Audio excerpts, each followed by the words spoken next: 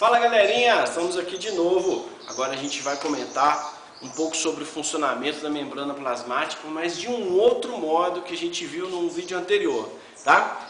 Lá a gente viu processos de transporte através da membrana que utilizam componentes como seus fosfolipídios ou suas proteínas, né? A diferença de concentração entre as moléculas do lado de dentro ou de fora da célula, o gasto ou não de energia é que geravam condições para o processo acontecer.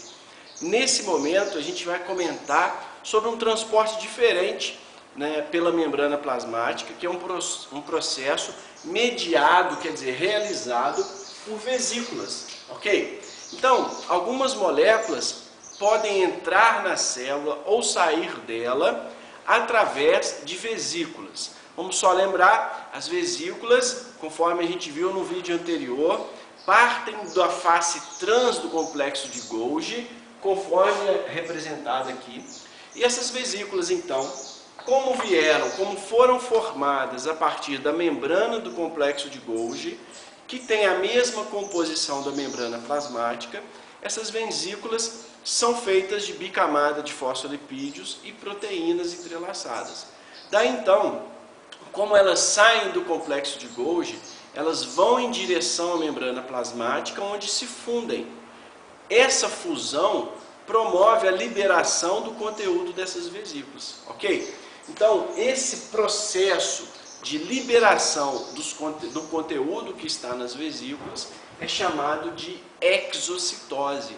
É um movimento que a célula faz para colocar para fora determinados conteúdos. Vou exemplificar para você. Essas vesículas podem se fundir com a membrana para liberar o colágeno, que é uma proteína que funciona do lado de fora da célula.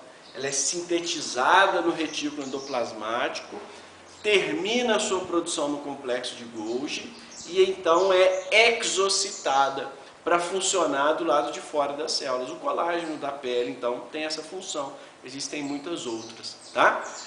Neurônios armazenam neurotransmissores nas vesículas e aí, quando ocorre um estímulo, quando o potencial de ação chega até a terminação nervosa, essas vesículas se fundem com a membrana e liberam os neurotransmissores para fora da célula. No contexto do neurônio, isso é chamado de sinapse ou fenda sináptica, tá? Existem muitos exemplos de exocitose nas nossas células, no nosso organismo, tá joia? É importante a gente ter a noção também de que o cálcio é um íon que participa desse processo de exocitose.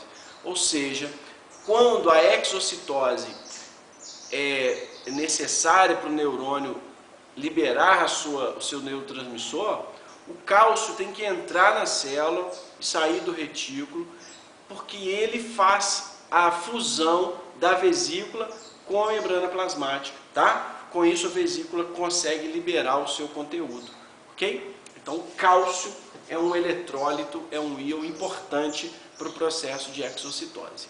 Tá joia? Beleza? Muito bem. As glândulas também liberam seus hormônios dessa maneira, tá? As glândulas exócrinas vão liberar o seu conteúdo nos ductos também dessa forma, ok? Então, existe uma série de exemplos relacionados com a exocitose. Aqui a gente está vendo o processo e características gerais. Joia? Uma outra maneira que as moléculas têm de entrar ou sair da célula, através da vesícula, são processos de englobamento. São processos chamados de endocitose, perdão. Ó, endocitose. Endocitose, tá? Movimento que a célula faz para dentro, endocitose. Então essa endocitose é o oposto da exocitose. Ela vai colocar uma molécula para dentro e essa incorporação dessa molécula é feita por uma perda do pedacinho da membrana plasmática que vai formar uma vesícula, tá? Então é um processo oposto. Ao invés, como a gente viu da exocitose, a vesícula vem em direção à membrana plasmática e se funde ali. Na endocitose o processo é o contrário. Então tem uma reentrância da membrana plasmática, ó, que então vai formar uma vesícula e o conteúdo que está do lado de fora da célula vai ser englobado, ok? Dependendo do conteúdo, isso é feito de maneiras diferentes, tá? Por exemplo, existem algumas moléculas e até mesmo células que são bem grandes. Então, essa célula que vai englobar aquela molécula grande ou vai englobar outra molécula, ela o faz emitindo projeções à sua membrana, tá? Para formar a vesícula. Essas projeções são denominadas de pseudópodes. Olha só, são projeções que a célula faz, emite, ó, projeções que a célula emite para promover o englobamento de determinadas moléculas ou até mesmo de outras células, ok? Então, ó, essas projeções são chamadas de pseudópodes, tá? Pseudópodes. Então, essa vesícula vai ser formada quando as projeções se encontram, vai formar uma vesícula que engloba a célula ou o material que está ali no seu interior, tá? Esse processo que é realizado com a formação dos pseudópodes é chamado de fagocitose. É um tipo de endocitose. Fagocitose. Tá? A fagocitose, então, é realizada por algumas células especializadas nisso. Macrófagos, neutrófilos, são células do sistema de defesa, do sistema imune. Isso que acontece quando o nosso organismo está com uma infecção e aí nosso sistema imunológico tem que eliminar essa infecção bacteriana ou um fungo, o que seja, ou um antígeno, qualquer outra partícula que é reconhecida como estranha. A neutrófilo e os macrófagos vão migrar para aquele local e realizar a fagocitose para destruir, tá? Essa vesícula que tem o antígeno, ela vai se fundir com o lisossomo, que é uma organela, e ali vai ser destruída, mas isso é assunto para o próximo vídeo, tá bom? Os pseudópodes, eles são produzidos, né, a partir do crescimento de filamentos de actina, que são componentes do citoesqueleto. Teremos um próximo vídeo sobre isso, né? O esqueleto da célula é muito dinâmico, então, se ele for crescendo, ele empurra a membrana plasmática de maneira a formar um pseudópode, tá? E englobar essa partícula grande ou essa célula, ok? Agora, existe uma outra maneira que se tem para poder a célula entrar, que é o englobamento de partículas, as moléculas entrarem na célula, né? Partículas pequenas, tá? É um processo chamado de pinocitose, aqui ó, representado, ó. Pinocitose. Ok?